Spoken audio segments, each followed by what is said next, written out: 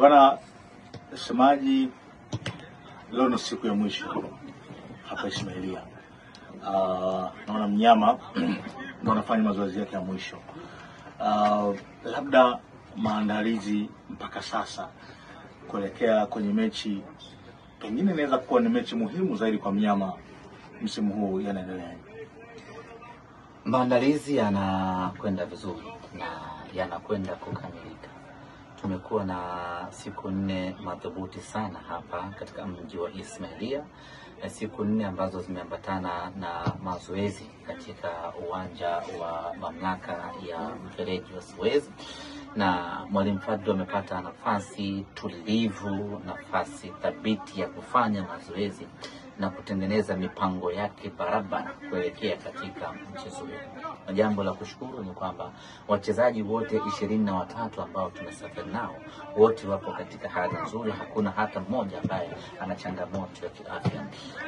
Musa Pinpin Kamara ambaye hajaonekana muda mrefu langoni, naye nipende kuwathibitishia wana Simba kwamba afya yake imeimarika na yupo kwenye kiwango bora kuelekea katika mchezo huo.